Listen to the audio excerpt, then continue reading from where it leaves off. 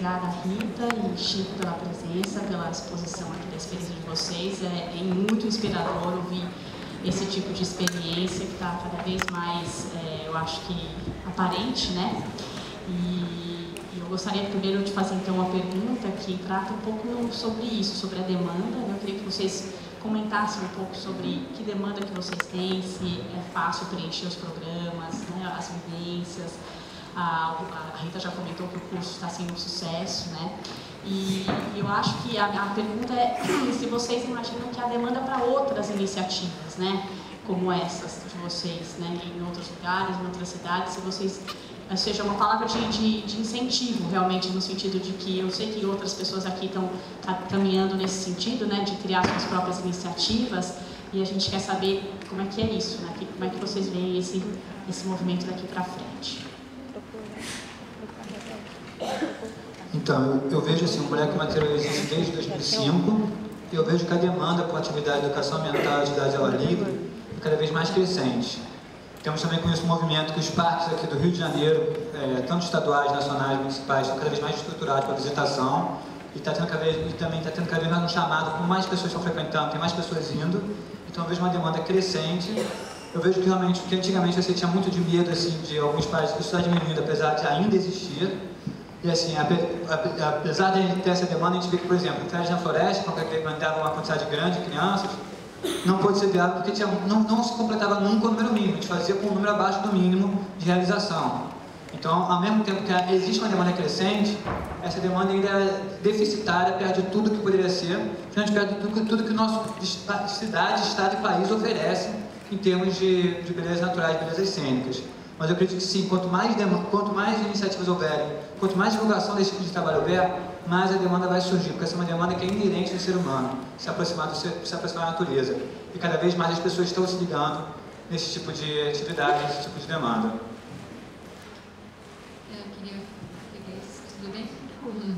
Eu acho que tem uma demanda reprimida, sim, mas eu acho que ela vai vir junto, né? A gente vai construindo junto essa demanda também. Acho que na medida que um programa como esse, né, do Criança e Natureza, ele vai acabar estimulando as pessoas, falando, nossa, eu quis tanto fazer isso. Eu sinto que muita gente gosta de natureza, mas tem dificuldade para sair de casa, para criar esse movimento, né, para criar essa iniciativa, principalmente junto com as famílias.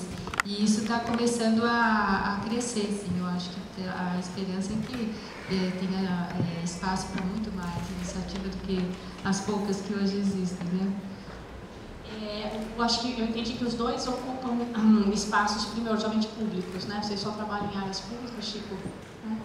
Não, áreas... Eu queria que vocês comentassem um pouco, porque eu acho que uma das estratégias eu acho que a possibilidade da gente ter espaços privados verdes dentro de ambientes urbanos é cada vez mais rara, né? Os terrenos grandes e arborizados são cada vez mais raros e muito caros. Por outro lado, a gente vê diversos parques urbanos ociosos durante a semana, né? Então, eu queria que vocês comentassem um pouco isso sobre como é que a gente realmente se apoderar e ocupar esses espaços públicos com esse tipo de iniciativa, que são iniciativas privadas, no sentido de que, enfim, são pagas, mas ocupando espaços públicos, né? Como é que se relacionar com as unidades, se é fácil entrar, e se vocês também, como é que é o relacionamento com essas, que áreas privadas vocês usam e como é que é esse relacionamento?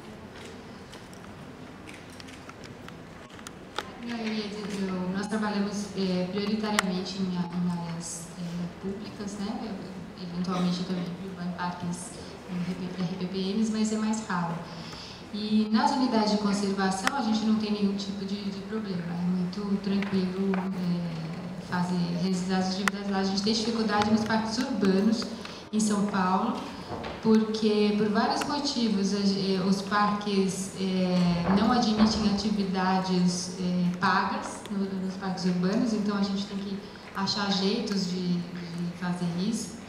Também existe uma proibição em muitos parques de você entrar em contato mesmo. A nossa atividade é muito vivenciada, a gente precisa sair dos canteiros, pisar, se aproximar das árvores, entrar pelos meandros das matas, né?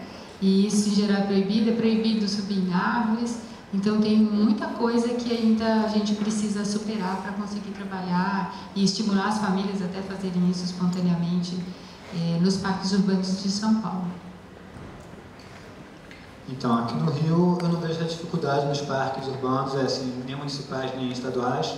Claro que sempre há um trâmite burocrático que faz parte de entrar num espaço público, um espaço que é gerido por uma entidade, né, um órgão. Então tem sempre que fazer uma pedir de autorização, avisar que vai, tudo isso. Em alguns casos sim, outros não, mas assim é uma coisa bem tranquila. E o Moleque Matheiro busca uma parceria muito grande com os parques. Como a gente atua em muitos parques, a gente tem a questão de estar no movimento político também dos parques, que é importante ter nessa zona de discussão. A gente está fazendo parte dos conselhos, do Conselho do Mosaico Carioca, tudo isso. Em relação a áreas privadas, assim, e atividades do Moleque Matheiro em espaços públicos.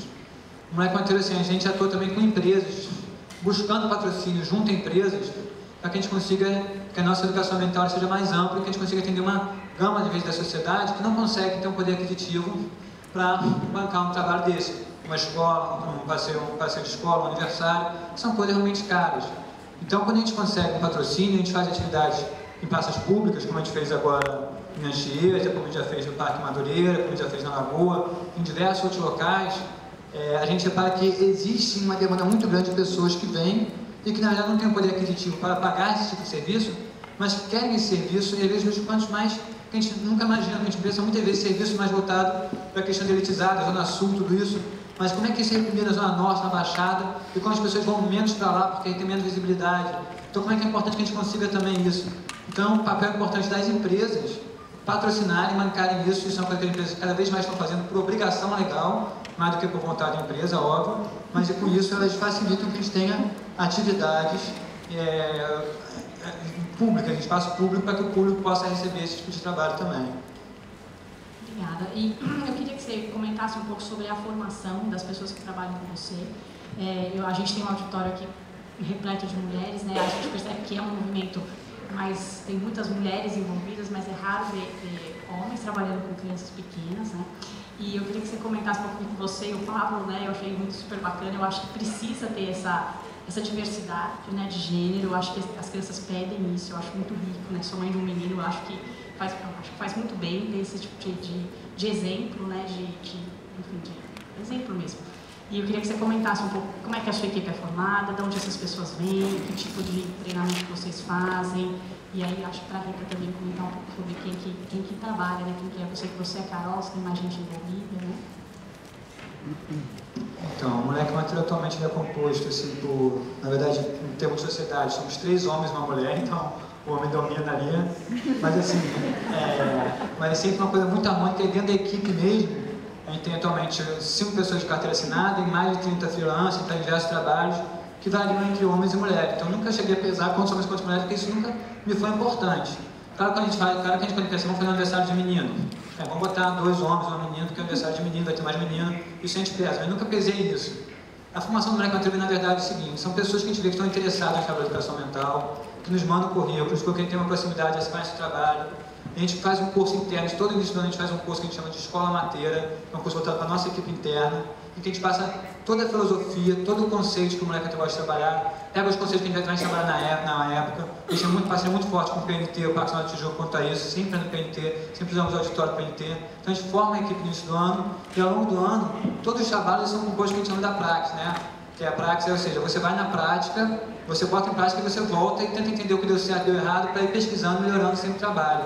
A gente tem uma coisa que a gente chama de pedagogia mateira, que foi meio que uma pedagogia que o Moleque Matheiro usa, que é muito baseada na prática, na educação ambiental crítica, que é uma pedagogia que foi sendo construída ao longo do trabalho do Moleque Matheiro, que é uma pedagogia que ela tenta unir várias pedagogias, mas sempre nesse contexto de pôr em prática os ensinamentos, todos da educação ambiental teórica, de uma base bem crítica, de estar sempre se questionando, se perguntando, e a partir daí você trazer isso de volta e você refletir sobre isso. E toda a equipe faz parte desse processo de volta. A gente tem um segundo momento de formação, que é no meio do ano, daqui a 2 semanas, que é a imersão matéria que a gente chama, que vai lá para a minha fazenda, essa fazenda de Açores, e toda a equipe fica lá 3 dias discutindo conceitos teóricos de educação ambiental e discutindo todos os trabalhos que houveram ao longo do ano e o que poderia melhorar, o que poderia melhorar, de maneira que a equipe está sempre debatendo, dialogando e discutindo.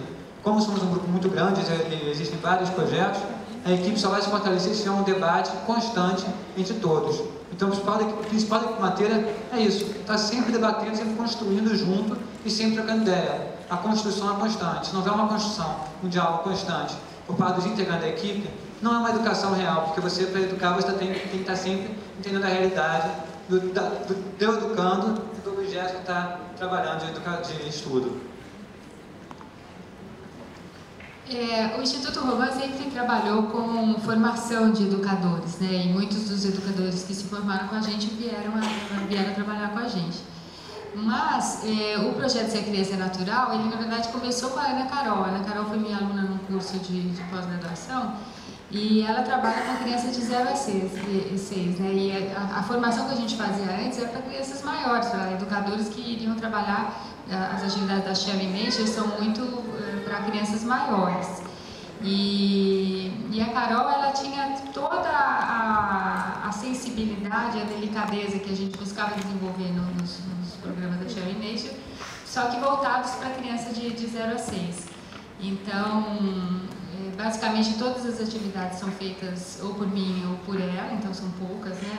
Não é uma coisa tão intensa, e sempre que a gente precisa de educadores para estar junto, eles vão vindo fazendo como se fosse um estágio informal, mais do que uma informação ou uma formação, mas para entrar no clima, né? Que é pessoas capazes de criar a atmosfera que a gente quer criar, de tempo, de delicadeza, de sensibilidade. Então, para o trabalho das crianças, a gente não tem uma formação específica. Atualmente, o Instituto Roman está se consolidando como uma rede, acolhendo diferentes educadores que trabalham com vivência com a natureza, com outras abordagens. Então, a gente ainda está também em uma transição sobre essa coisa da formação. Imagino que há uma preocupação com o conteúdo, com transmitir conhecimento, com provocar reflexões, né, a respeito da temática ambiental. Como é que vocês equilibram isso nas atividades do Instituto com um brincar livre, independente, criativo, que as crianças desenvolvem quando lideram suas próprias atividades, né? E como é que vocês acham esse equilíbrio entre o brincar independente e autônomo das crianças com essa transmissão de conhecimento e informação? Então, como teve o Maicon tem diversos tipos de atuação, então vou falar mais nesse caso do aniversário e trabalho de campo, em trilhas. Porque também tem um tipo de aniversário que é o campo amateiro. A gente sai do Rio de Janeiro e vai acampar ou numa unidade de conservação ou na propriedade privada da pessoa. Então, assim, quando você faz uma educação ambiental em trilha, a gente sempre faz uma coisa. A gente faz a trilha, durante a trilha vai passando os conteúdos, tudo isso, mas sempre vamos chegar a um lugar, uma gruta, um mirante, uma cachoeira, que a gente vai deixar ali as crianças no momento delas mais livres, em que a gente vai parar de passar conteúdo e deixar as crianças no tempo delas, claro que na segurança. Então, na cachoeira, não vão deixar a criança sair correndo, vai ter a segurança dos educadores, monitores ali para não haver acidente. Mas também vai ter a liberdade da criança de descobrir seu espaço, descobrir seu lugar, onde chega nos momentos, nos locais assim de destino. E a volta da trilha, 90% das vezes, é uma volta da trilha que não passa conteúdo. Uma volta que a gente vai caminhando, e as crianças vão conversando, e as crianças vão elas olhando, a gente vai andando no ritmo mais devagar, para as crianças irem tendo tempo de observação. Então, esses dois momentos são o momento do brincar, o momento deles se descobrirem. Quando a gente faz o acampamento mateiro, a campa mateira que a gente chama, aí você tem aí você, a maior parte do tempo, 90% realmente, é a parte de diversão, brincadeira, às vezes guiada, às vezes é descobrindo o espaço. Que é um momento, assim, uma atividade de educação ambiental mais a parte da sensibilização, a partir do contato direto com o local onde é que você está. Então você realmente tem os momentos guiados de recreação, mas também tem o momento delas se virarem, delas se conhecerem, delas se descobrirem entre elas, que é importante o ser humano, criança, se descobrir enquanto ser humano na parte do contato com o outro, como também descobrir todo o outro ao redor, toda essa ciranda ao redor, que são esse outro mundo que não humano, que é tão distante dele às vezes. Tá ótimo, então eu queria agradecer mais uma vez, Rita, Chico pela presença e chamar a Cristina para a próxima etapa. Obrigada.